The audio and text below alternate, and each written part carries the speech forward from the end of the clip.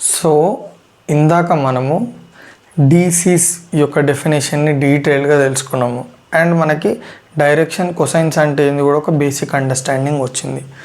So ఇప్పుడు ఏం చేస్తామంటే దానికి సంబంధించిన కొన్ని చిన్న కాన్సెప్ట్స్, ఓకేనా, but very very important. Okay, ఇవి అర్థమైతే మనకి నెక్స్ట్ కాన్సెప్ట్స్ లేకపోతే థియరమ్స్ కానీ ఈజీగా అర్థమవుతాయి, ఓకేనా.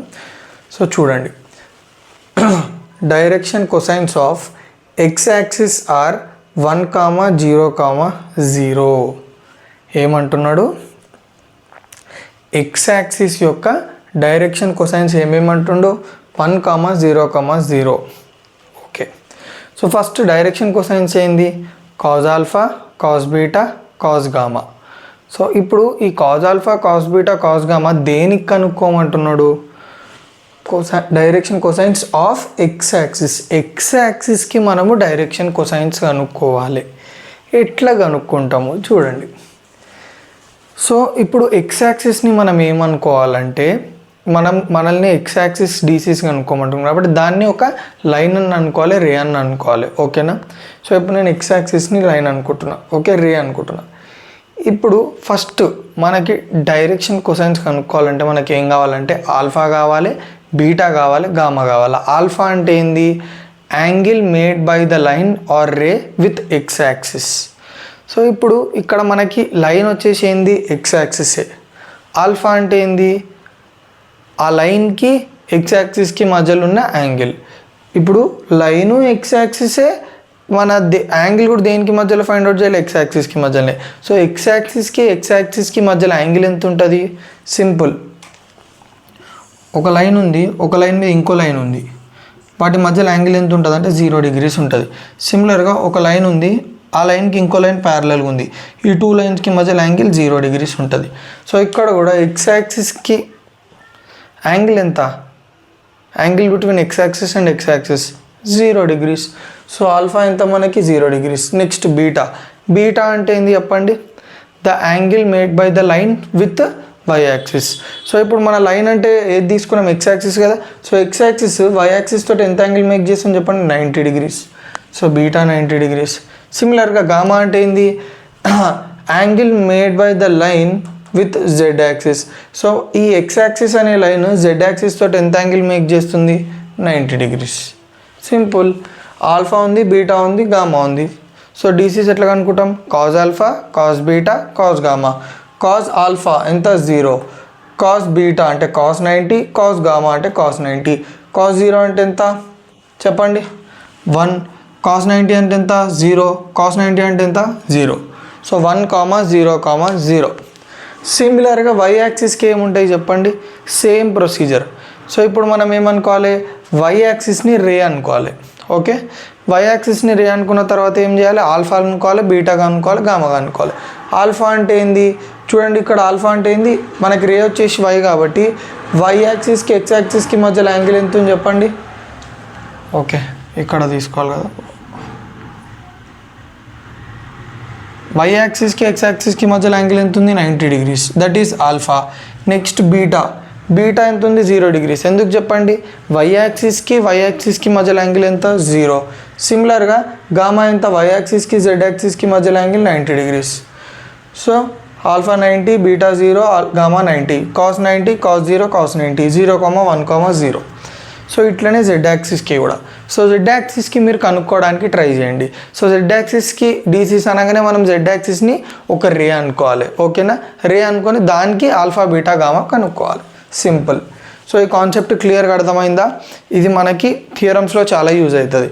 Next, if L, M, N are DCs of P and OP is equals to R, the coordinates of P are LR, MR, NR and DCs of OP are X by R, Y by R, Z by R and L square plus M square plus N square is equals to 1. ఇందులో మనకి 3 important bits ఉన్నాయి, ఓకేనా. చూడండి ఇప్పుడు. So first మనం ఏంటంటే మనకి ఏమి ఇచ్చిండో గివెన్ని మనం క్లియర్గా అర్థం చేసుకోవడానికి ట్రై చేయాలి. మన గివెన్ ఏమి ఇచ్చిందంటే ఒక ఓపీ అనే రే ఉంది, ఓకేనా. ఓపీ అనే రే. సో ఈ ఓపీ రే ఎట్లా ఫామ్ అయిందంటే ఆరిజిన్ని ఇంకా పాయింట్ పీని జాయిన్ చేస్తే ఫామ్ అయ్యే రే వచ్చేసి ఓపీ రే, ఓకే. ఈ ఓపీ రే యొక్క లెంత్ లేదా డిస్టెన్స్ ఎంత అంటే ఆర్. ఓకేనా. ఓకి పీకి మధ్యలో డిస్టెన్స్ ఎంత ఉందంటే ఆర్. ఓకేనా. సో ఈ పీ పాయింట్ వచ్చేసి ఏంటంటే ఎక్స్ వై జెడ్. ఓకేనా. సో మొత్తానికి మీకు ఓపీ మీద క్లారిటీ వచ్చిందా. ఓపీ అనేది ఒక రే, ఓని పీని జాయిన్ చేస్తూ వచ్చింది. ఓ అంటే ఆరిజిన్, పీ అంటే ఒక point X comma Y comma Z, and ఓకి పీకి మధ్యలో డిస్టెన్స్ ఎంత ఇచ్చిండు, ఆర్ ఇచ్చిండు. ఓకేనా, బాగుంది. ఇప్పుడు ఈ ఓపీ రే అనేది ఎక్స్ యాక్సిస్ తోటి ఎంత యాంగిల్ మేక్ చేస్తుంది చెప్పండి, ఆల్ఫా కదా. సిమిలర్గా ఈ ఓపీ అనే రే వై యాక్సిస్ తోటి ఎంత యాంగిల్ మేక్ చేస్తుంది, బీటా కదా. యాక్చువల్గా నేను జెడ్ యాక్సిస్ కూడా తీసుకోవచ్చు, కానీ మీకు కన్ఫ్యూజన్ ఉంటుందని చెప్పి only X axis Y axis తీసుకున్నా. ఓకేనా. సో ఇప్పుడు చూడండి నేను ఏం చేసిన అంటే ఈ పాయింట్ పీ ఉందా, ఈ పాయింట్ పీ నుంచి నేను ఒక పర్పెండిక్యులర్ డ్రాప్ చేసిన. ఎక్కడికి, ఎక్స్ యాక్సిస్ మీదకి. చూడండి పర్పెండిక్యులర్ డ్రాప్ చేసిన.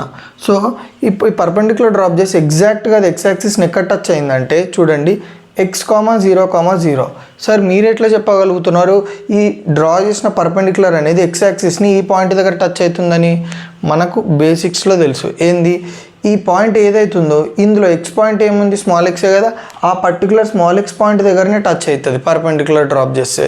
సో సిమిలర్గా పాయింట్ పీ నుంచి నేను డ్రాప్ చేసిన పర్పెండిక్యులర్ వై యాక్సిస్ మీదకి ఎక్కడ టచ్ అవుతుంది, ఇక్కడ వై పాయింట్ ఎంత ఉందో అంతే, అంటే 0,y,0 దగ్గర టచ్ అవుతుంది. ఓకేనా. ఇప్పుడు చూడండి ఓ ఈ పర్టికులర్ పాయింట్ ఎక్కడైతే టచ్ అయిందో దానికి మధ్య డిస్టెన్స్ ఎంత చెప్పండి, స్మాల్ ఎక్స్. సిమిలర్గా ఆరిజిన్ నుంచి 0,y,0కి డిస్టెన్స్ ఎంత చెప్పండి, స్మాల్ వై. సో ఇక్కడ వరకు క్లియర్గా అర్థమైందా. సో ఇప్పుడు నేను ఏం చేస్తున్నాను చూడండి, నేను 2 ట్రయాంగిల్స్ని కన్సిడర్ చేస్తున్నాను. అది వచ్చేసి ఏంటివి, OPM, OPM, next OPN, OPN. So ఇప్పుడు నేను ఏం చేస్తున్నా, ఫస్ట్ ఈ ట్రయాంగిల్లో నేను కాస్ ఆల్ఫా అప్లై చేస్తున్నా, I mean cos trigonometric ratio apply చేస్తున్నా. Cos alpha is equals to adjacent by hypotenuse, cos alpha is equals to X by R. So ఇందాక డిస్కస్ చేసినట్టు మనం డైరెక్షన్ క్వశ్చన్స్ అంటే ఏంది, cos alpha cos beta cos gamma కదా, వాటినే మనము L comma M comma N అనొచ్చు కదా. So cos alpha is equals to X by R అంటే కాస్ ఆల్ఫా నేను ఎల్ అనుకోవచ్చా, so L is equals to X by R. So ఈ ఆర్ని పంపిస్తే X is equals to LR, ఇది గుర్తుపెట్టుకోండి. నెక్స్ట్ ఓపిఎన్ ట్రయాంగిల్లో ఎంత యాంగిల్ మేక్ చేస్తుంది, ఇక్కడ బీటాగా చూడండి. సో కాస్ బీటా ఫైండ్ చేస్తున్నా, cos beta is equals to adjacent by hypotenuse Y by R. So ఇప్పుడు నేను ఏం చేసిన, కాస్ బీటాని ఏమనుకోవచ్చు, ఎం అనుకోవచ్చు కదా. So M is equals to Y by R, R అటు పంపిస్తే Y is equals to MR. So ఇక్కడ మీరు గమనించినట్టయితే మనకి ఎక్స్ వాల్యూ వచ్చింది, వై వాల్యూ వచ్చింది, జెడ్ వాల్యూ కూడా వచ్చింది. కానీ నేను జెడ్ యాక్సిస్ తీసుకోలేను కాబట్టి మనకి ఇక్కడ రాలేదు. సో జెడ్ వాల్యూ ఎంత వస్తుంది అంటే Z is equals to MR.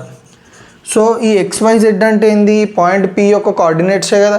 So point P యొక్క కోఆర్డినేట్స్ ఏమొచ్చినాయి మనకి, ఎల్ఆర్ ఎంఆర్ ఎన్ఆర్ వచ్చినాయా లేదా, ఎల్ఆర్ ఎంఆర్ ఎన్ఆర్. సో ఒకటి అయిపోయింది. నెక్స్ట్ డీసీస్ ఆఫ్ ఓపీ అంటే ఈ పర్టికులర్ లైన్ యొక్క డీసీస్ ఏంటివి, ఏ లైన్ డీసీస్ అయినా cos alpha cos beta cos gamma కదా. సో మనం ఆల్రెడీ ఇక్కడ కనుక్కున్నాం చూడండి, కాజ్ ఆల్ఫా ఎంత X by R, cos beta ఎంత Y by R, cos gamma ఎంత జెడ్ బై ఆర్. సో చూడండి X by R comma Y by R comma Z by R వచ్చిందా లేదా, రైట్స్. నెక్స్ట్ ఏముంది, L square plus M square plus N square is equals to 1 అని ఉంది. So ఇది ఎట్లా prove చేస్తాము చూడండి, జాగ్రత్తగా చూడండి. ఇక్కడ మనకి ఎల్ వాల్యూ ఎంత ఉంది, X by R, M value ఎంత ఉంది, వై బై ఆర్. సో ఇక్కడ నేను ఏం చేస్తున్నాను చూడండి, ఎల్ ప్లేస్లో ఎక్స్ బై ఆర్ పెట్టుకుంటున్నా, ఎం ప్లేస్లో వై బై ఆర్ పెట్టుకుంటున్నా. ఎన్ అంటే నేను తీసుకోలేదు, బట్ అది వై యాక్సిస్కి సంబంధించింది. సో ఓన్లీ ఇక్కడ XY తీసుకున్నాం కాబట్టి నేను జెడ్ డైరెక్ట్ తీసేసుకుంటున్నా. N is equals to Z by R whole square. So అన్నిటికీ స్క్వేర్స్ పెట్టాం, X by R whole square plus Y by R whole square plus Z by R whole square is equals to 1. So X square by R square plus Y square by R square plus Z square by R square is equals to 1. తర్వాత చూడండి ఈ మూడింటికి LCM తీస్తే మనకి ఏమొస్తుంది, same terms కాబట్టి అదే LCM వస్తుంది ఆర్ స్క్వేర్. సో మీద కూడా సేమ్ వస్తుంది, X square plus Y square plus Z square by R square is equals to 1. So నేను X square plus Y square plus Z స్క్వేర్ని ఆర్ స్క్వేర్ రాసుకున్నా. ఎట్లనో చెప్తా, ఆర్ స్క్వేర్ క్యాన్సిల్ చేస్తే ఎంత వచ్చింది 1. That means L square plus M square plus N square is equals to 1. అయితే మీకు డౌట్ వస్తుంది, సార్ ఇక్కడ X square plus Y square plus Z square is equals to 1, X square plus Y square plus Z స్క్వేర్ని R square ఎట్లా రాసుకుర్రంటే చూడండి, జాగ్రత్తగా చూడండి. మనకి ఓకే ఇది రబ్ చేస్తున్నా, మనకి ఓపీ ఎంత ఇచ్చిండు చూడండి, ఇక్కడ మన క్వశ్చన్లోనే ఇచ్చిండు ఓపీ ఎంత మనకి ఆర్ ఇచ్చిండా లేదా. అంటే ఏంది, ఆరిజిన్కి పీకి మధ్యలో డిస్టెన్స్ ఆర్ అని ఇచ్చిండు. సో ఆరిజిన్కి పీకి మధ్యలో డిస్టెన్స్ కనుక్కుందాం. ఆరిజిన్ అంటే ఏంది 0,0,0. పీ అంటే ఏంది x,y,z. డిస్టెన్స్ ఫార్ములా ఏంది √x - 0² అంటే x2 - x1 plus y2 - y1² plus z2 - z1² ఇది ఈక్వల్స్ టు ఎంత ఉంది, ఆర్ ఉంది. అర్థమైందా ఇది, x2 - x1² y2 - y1² z2 - z1². ఇప్పుడు నేను ఏం చేస్తున్నా అంటే సాల్వ్ చేస్తున్నా. సాల్వ్ చేసి ఏమొస్తుంది చెప్పండి, √x² plus y² plus z² whole square is equals to r². Square root cancel అయిపోయింది. మనకేం మిగిలింది, లాస్ట్కి ఏం మిగులుతుందో చెప్పండి, x² plus y² plus z² is equals to r² కదా. సో సింపుల్గా నేను r² ప్లేస్లో ఇదంతా పెట్టిన, sorry x² plus y² plus z² ప్లేస్లో r² పెట్టుకున్నా. సో నాకు ఇట్లా వచ్చింది. సో ఇది very very very important. L² plus m² plus n² is equals to 1. So next నేను ఇంకోటి రాసినాను చూడండి, దీని పక్కనే cos² α plus cos² β plus cos² γ is equals to 1. ఇది ఎట్లా అంటే మనం ఆల్రెడీ అనుకున్నాము, cos α cos β cos γ అని మనము L M N అని అనుకున్నామా లేదా. సో అనుకోవచ్చు అనుకుంటే L is equals to cos α కదా, M is equals to cos β కదా, N is equals to cos γ కదా. సో సింపుల్గా నేను L ప్లేస్లో M ప్లేస్లో N ప్లేస్లో cos α cos β cos γ పెట్టుకుంటే నాకు ఇది వచ్చేసింది. సో క్లియర్గా అర్థమైందా.